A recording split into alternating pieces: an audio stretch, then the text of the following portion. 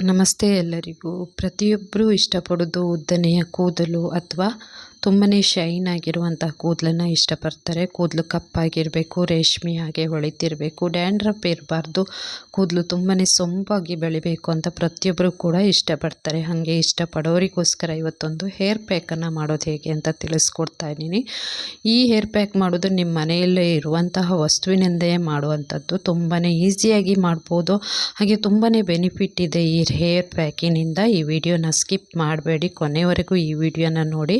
ಅದಕ್ಕಿಂತ ಮೊದಲು ನನ್ನ ಚಾನಲ್ಗೆ ಸಬ್ಸ್ಕ್ರೈಬ್ ಆಗಿ ಹಾಗೆ ಪಕ್ಕದಲ್ಲೇ ಕಾಣುವ ಬೆಲ್ ಬಟನನ್ನು ಒತ್ತಿದರೆ ನಾನು ಹಾಕುವ ಎಲ್ಲ ವಿಡಿಯೋಗಳ ನೋಟಿಫಿಕೇಷನ್ ನಿಮಗೆ ಸಿಗುತ್ತೆ. ಹಾಗೆ ಈ ವಿಡಿಯೋಗೊಂದು ಲೈಕು ಕೂಡ ಮಾಡಿ ಅಂತ ಕೇಳ್ಕೊಳ್ತಾ ಇದ್ದೀನಿ. ಹಾಗೆ ವಿಡಿಯೋನ ಆದಷ್ಟು ಶೇರ್ ಮಾಡಿ, ವಿಡಿಯೋಗೆ ಕಮೆಂಟ್ ಹಾಕಿ. ನಿಮಗೆಲ್ಲರಿಗೂ ಗೊತ್ತು, ಎಲ್ಲರ ಮನೆಯಲ್ಲೂ ದಾಸವಾಳ ಹೂವಂತೂ ಇದ್ದೇ ಇರುತ್ತೆ. ಅದು ಕೆಂಪು ಬಣ್ಣದ ದಾಸವಾಳ ಅಂತೂ ತುಂಬಾ ಶ್ರೇಷ್ಠವಾಗಿರುವಂಥದ್ದು. ದೇವ್ರ ಪೂಜೆಗಂತೂ ತುಂಬಾ ಪ್ರಿಯವಾಗಿರುವಂಥದ್ದು ಇದು. ದಾಸವಾಳ ಹೂವಿದ್ದರೆ ಸಾಕು, ದೇವ್ರ ಪೂಜೆಯನ್ನು ಆರಾಮಾಗಿ ಮಾಡ್ಬೋದು. ಯಾಕಂದರೆ ಅಷ್ಟೊಂದು ಹೂ ಬಿಡುತ್ತೆ. ಒಂದು ಗಿಡ ನೆಟ್ಟರೆ ಸಾಕು, ತುಂಬಾ ಹೂ ಬಿಡುತ್ತೆ. ಆ ದಾಸವಾಳ ಹೂವಿನಿಂದ ತುಂಬಾ ಉಪಯೋಗ ಇದೆ ನಮಗೆ. ತುಂಬಾ ದೇಹಕ್ಕೆ ತಂಪು ಕೂಡ ಹೌದು. ದಾಸವಾಳ ಟೀನ ಕೂಡ ಮಾಡ್ತಾರೆ. ಹಾಗೆ ದಾಸವಾಳ ಹೂವಿನ ಹೇರ್ ಆಯಿಲ್ ಕೂಡ ಮಾಡ್ತಾರೆ, ಹೇರ್ ಪ್ಯಾಕ್ ಮಾಡ್ತಾರೆ. ಹಾಗೆ ಮುಖಕ್ಕೂ ಕೂಡ ದಾಸವಾಳದ ಪುಡಿಯನ್ನು ಮಾಡಿ ಮುಖಕ್ಕೆ ಹಚ್ಕೊಂಡ್ರೂ ಸಹ ಸ್ಕಿನ್ನು ಸಹ ತುಂಬಾ ಗ್ಲೋವಾಗಿ ಕಾಣುತ್ತೆ. ಅಷ್ಟೊಂದು ಅದ್ಭುತವಾದ ಬೆನಿಫಿಟ್ಗಳು ಈ ದಾಸವಾಳ ಹೂವಿನಲ್ಲಿದೆ. ಈ ದಾಸವಾಳ ಹೂವು ಒಂದು ಮುಷ್ಟಿಯಷ್ಟು ದಾಸವಾಳ ಹೂವು ತಗೊಂಡ್ರೆ ಸಾಕು. ಒಂದು 15ರಿಂದ 20 ದಾಸವಾಳ ತಗೊಂಡ್ರೆ ಸಾಕು. ಒಂದು ಶುದ್ಧವಾದ ನೀರಿನಿಂದ ಈ ದಾಸವಾಳಗಳನ್ನು ಚೆನ್ನಾಗಿ ತೊಳಿಬೇಕು. ಯಾಕಂದರೆ ಧೂಳಿರುತ್ತೆ.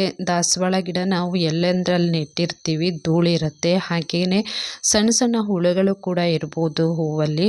ಅದು ಕೂಡ ನಮ್ಮ ಹೇರಿಗೆ ಹಾನಿ ಆಗಬಾರ್ದು ಅದರಿಂದ ಅಂತ. ಹಾಗೆಯೇ ಇದನ್ನು ತೊಟ್ಟು ತೆಗಿತಾ ಇದ್ದೀನಿ. ಈ ಥರ ತೊಟ್ಟಿದೆಯಲ್ಲ, ಇದನ್ನು ಹಾಕಿದರೂ ತೊಂದರೆ ಇಲ್ಲ. ಬೇಕಿದ್ದರೆ ಇದರ ಜೊತೆಗೆ ಒಂದೆರಡು ದಾಸವಾಳ ಎಲೆ ಕೂಡ ಹಾಕ್ಕೊಳ್ಬೋದು. ದಾಸವಾಳ ಎಲೆಯಿಂದ ಕೂಡ ಕಡುಬು ಸಹ ಮಾಡ್ತಾರೆ. ಅದು ಕೆಂಪು ದಾಸವಾಳ ಅಲ್ಲ, ಬಿಳಿ ದಾಸವಾಳದಿಂದ. ಹಾಗೆ ನಾನು ತೊಟ್ಟನ್ನು ಪೂರ್ತಿಯಾಗಿ ತೆಕ್ಕೊಂಡಿದ್ದೀನಿ. ತೆಗೆದಾದ ನಂತರ ಇದನ್ನು ಚೆನ್ನಾಗಿ ತೊಳ್ಕೊಂಡ್ರಾಯ್ತು. ಒಂದು ಮುಷ್ಟಿಯಲ್ಲಿ, ನಮ್ಮ ಕೈಯಲ್ಲಿ ಒಂದು ಮುಷ್ಟಿಯಷ್ಟು ದಾಸವಾಳ ಹೂವು ತಗೊಂಡ್ರೆ ಸಾಕಾಗತ್ತೆ. ಮುಷ್ಟಿ ಮಾಡಿದರೆ ದಾಸವಾಳ ಹಾಳಾಗುತ್ತೆ ಅಂತ ಅನ್ಬೋದು. ನಾವು ವಿಡಿಯೋಗೋಸ್ಕರ ಅದನ್ನು ಮುಷ್ಟಿ ಮಾಡಿಲ್ಲ. ಅಂದರೆ ದಾಸವಾಳ ಹೂವು ಹಾಗೇ ತೋರಿಸ್ಬೇಕು ಅಂತ ನಾನು ಮುಷ್ಟಿ ಮಾಡಿ ತೋರಿಸಿಲ್ಲ. ಇದ್ರ ಜೊತೆಗೆ ನಾನು 1 ಸ್ಪೂನಷ್ಟು ಮೆಂತೆ ಕಾಳನ್ನು ನೆನೆಸಿಟ್ಕೊಂಡಿದ್ದೀನಿ. ರಾತ್ರಿಯೇ ಇದನ್ನು ನೀರಿಗೆ ಹಾಕಿ ನೆನೆಸಿಟ್ರಾಯ್ತು. 1 ಸ್ಪೂನಷ್ಟು ಮೆಂತೆ ಕಾಳು ಸಾಕು. ಮೆಂತೆ ಸಹ ಕೂದಲಿಗೆ ಒಳ್ಳೆ ಪೋಷಣೆಯನ್ನು ನೀಡುತ್ತೆ. ಈ ಹಿಂದೆ ಮೆಂತೆ ಮೊಳಕೆ ಕಾಳಿನ ಎಣ್ಣೆ ಕೂಡ ಹಾಕಿದ್ದೀನಿ ನಾನು. ಡಿಸ್ಕ್ರಿಪ್ಷನಲ್ಲಿ ಅದರ ಲಿಂಕನ್ನು ಹಾಕ್ತೀನಿ. ಇದನ್ನು ಚೆನ್ನಾಗಿ ದಾಸವಾಳ ಎಲೆನ ತೊಳೆದಾದ್ಮೇಲೆ ಹೀಗೆ ಹಿಂಡಿಕೊಂಡು ಒಂದು ಮಿಕ್ಸಿ ಜಾರಿಗೆ ಇದನ್ನು ಹಾಕ್ಕೊಂಡ್ರಾಯ್ತು. ಮಿಕ್ಸಿ ಜಾರಿಗೆ ಹಾಕಿದ ಮೇಲೆ ನಾವು ಮೆಂತೆ ಕಾಳನ್ನು ಹಾಕಿ ಇದನ್ನು ರುಬ್ಕೊಂಡ್ರೆ ಆಯಿತು. ಹೇರ್ ಆಯಿಲ್ ಕೂಡ ನಾನು ಹರ್ಬಲ್ ಹೇರ್ ಆಯಿಲ್ ವಿಡಿಯೋ ಕೂಡ ಹಾಕಿದ್ದೀನಿ. ಭೃಂಗರಾಜ ಹೇರ್ ಆಯಿಲ್ ವಿಡಿಯೋ ಹಾಕಿದ್ದೀನಿ.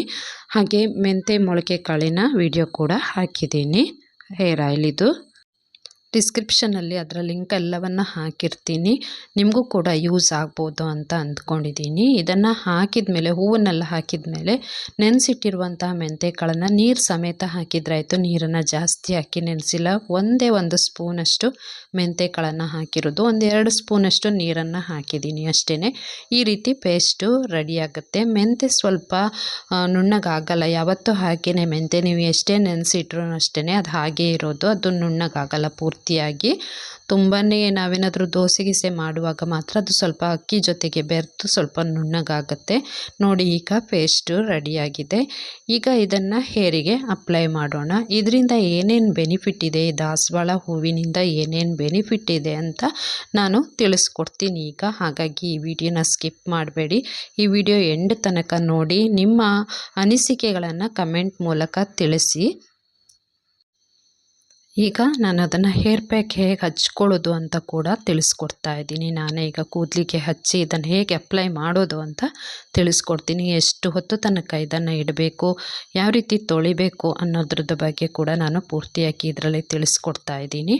ಅದಕ್ಕೋಸ್ಕರ ಈ ವಿಡಿಯೋನ ಕೊನೆ ತನಕ ನೋಡಿ ಅಂತ ಹೇಳಿದ್ದೆ ನಾನು. ಕೂದಲನ್ನು ಒಂದು ಸತಿ ಚೆನ್ನಾಗಿ ಬಾಚಿಕೊಂಡ್ರೂ ಆಗುತ್ತೆ. ಇಲ್ಲ ಈ ರೀತಿ ಸಿಕ್ಕುಗಳನ್ನೆಲ್ಲ ಬಿಡಿಸ್ಕೊಂಡು ಕೂದಲನ್ನು ಚೆನ್ನಾಗಿ ನೀಟಾಗಿ ಇದನ್ನು ಈ ರೀತಿ ಹರಡ್ಕೊಂಡ್ರೆ ಆಯಿತು ಕೂದಲನ್ನು. ಅಂದರೆ ಹಚ್ಚುವಾಗ ಸಿಕ್ಕುಗಳೆಲ್ಲ ಇದ್ದರೆ ಹಚ್ಚಲಿಕ್ಕೆ ಕಷ್ಟ ಆಗುತ್ತೆ. ಅದಕ್ಕೋಸ್ಕರ ಸಿಕ್ಕನ್ನೆಲ್ಲ ಬಿಡಿಸಿ ಇದನ್ನು ಈ ರೀತಿ ಕೈಗೆ ಹಾಕಿ ಕೈಯಲ್ಲಿ ಇಟ್ಕೊಂಡು ಇದನ್ನು ನೆತ್ತಿಯಿಂದ ಅಪ್ಲೈ ಮಾಡ್ಕೊತ ಬಂದರೆ ಆಯಿತು. ಪೂರ್ತಿ ಇಡೀ ತಲೆಗೂ ಕೂಡ ಇದನ್ನು ಅಪ್ಲೈ ಮಾಡಿದರೆ ಆಯಿತು. ನಿಮಗೆ ಹಚ್ಕೊಳ್ಳಿಕ್ಕೆ ಕಷ್ಟ ಆದರೆ ಯಾರನ್ನಾದರೂ ಸಹಾಯಕ್ಕೆ ಕರ್ಕೊಳ್ಬೋದು. ಅಂದರೆ ಯಾರು ಮನೇಲಿದ್ದರೆ ಅವ್ರ ಹತ್ರ ಸ್ವಲ್ಪ ಇದನ್ನು ಹಚ್ಚಲಿಕ್ಕೆ ಹೇಳಿದ್ರಾಯಿತು.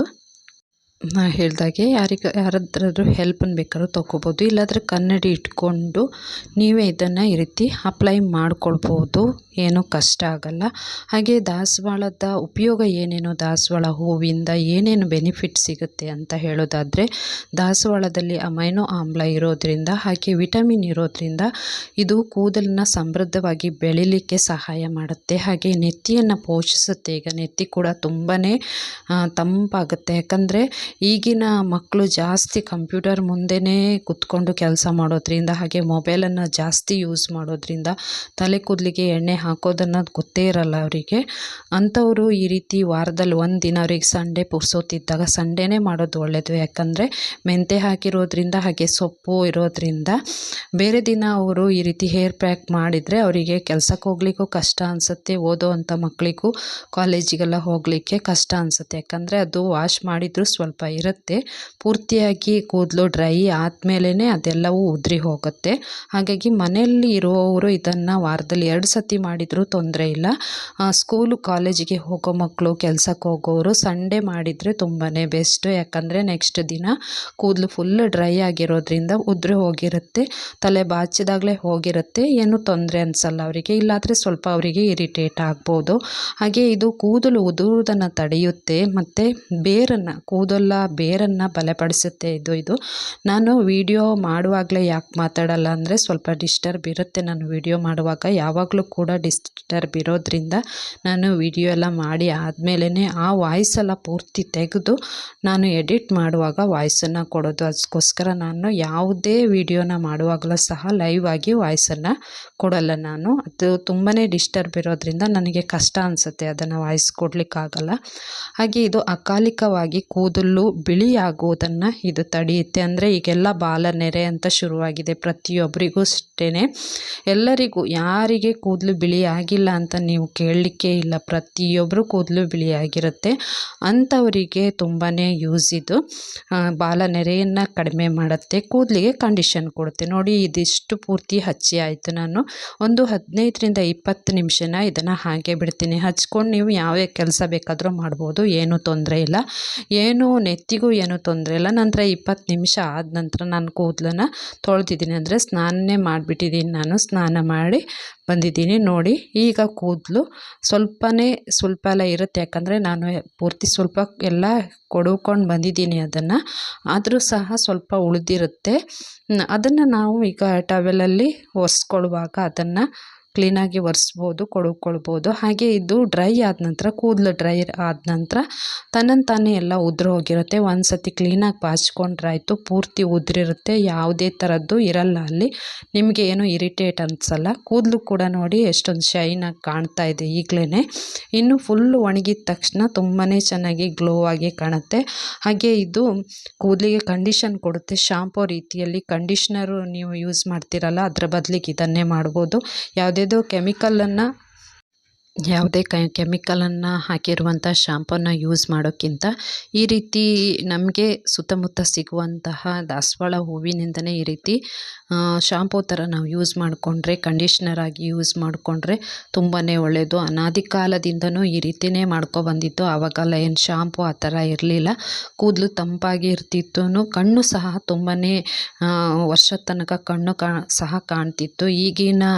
ಈಗಂತೂ ತುಂಬ ಚಿಕ್ಕ ವಯಸ್ಸಲ್ಲೇ ಕಣ್ಣೆಲ್ಲ ಮೊಬ್ಬಾಗಿರೋದು, ಕಣ್ಣು ಸರಿಯಾಗಿ ತೋರಲ್ಲ ಅಂತಲ್ಲ ಅನ್ನೋ ಕಂಪ್ಲೇಂಟ್ಗಳೆಲ್ಲ ಜಾಸ್ತಿ. ಯಾಕಂದರೆ ನಾವು ಹೆಚ್ಚಾಗಿ ಕೆಮಿಕಲನ್ನೇ ಯೂಸ್ ಮಾಡೋದು. ಪ್ರತಿಯೊಂದು ವಿಷಯದಲ್ಲೂ ಕೂಡ ನಮಗೆ ಕೆಮಿಕಲ್ಲೇ ನಮಗೆ ಮೇಯ್ನ್ ಆಗಿ ಹೋಗ್ಬಿಟ್ಟಿದೆ. ಹಾಗಾಗಿ ನಾವು ಕೂದಲನ್ನು ಹಾಳು ಮಾಡ್ಕೊಳ್ತಾ ಇದ್ದೀವಿ, ಅದ್ರ ಜೊತೆಗೆ ನಮ್ಮ ಆರೋಗ್ಯ ಕೂಡ ಹಾಳಾಗ್ತಾ ಇದೆ.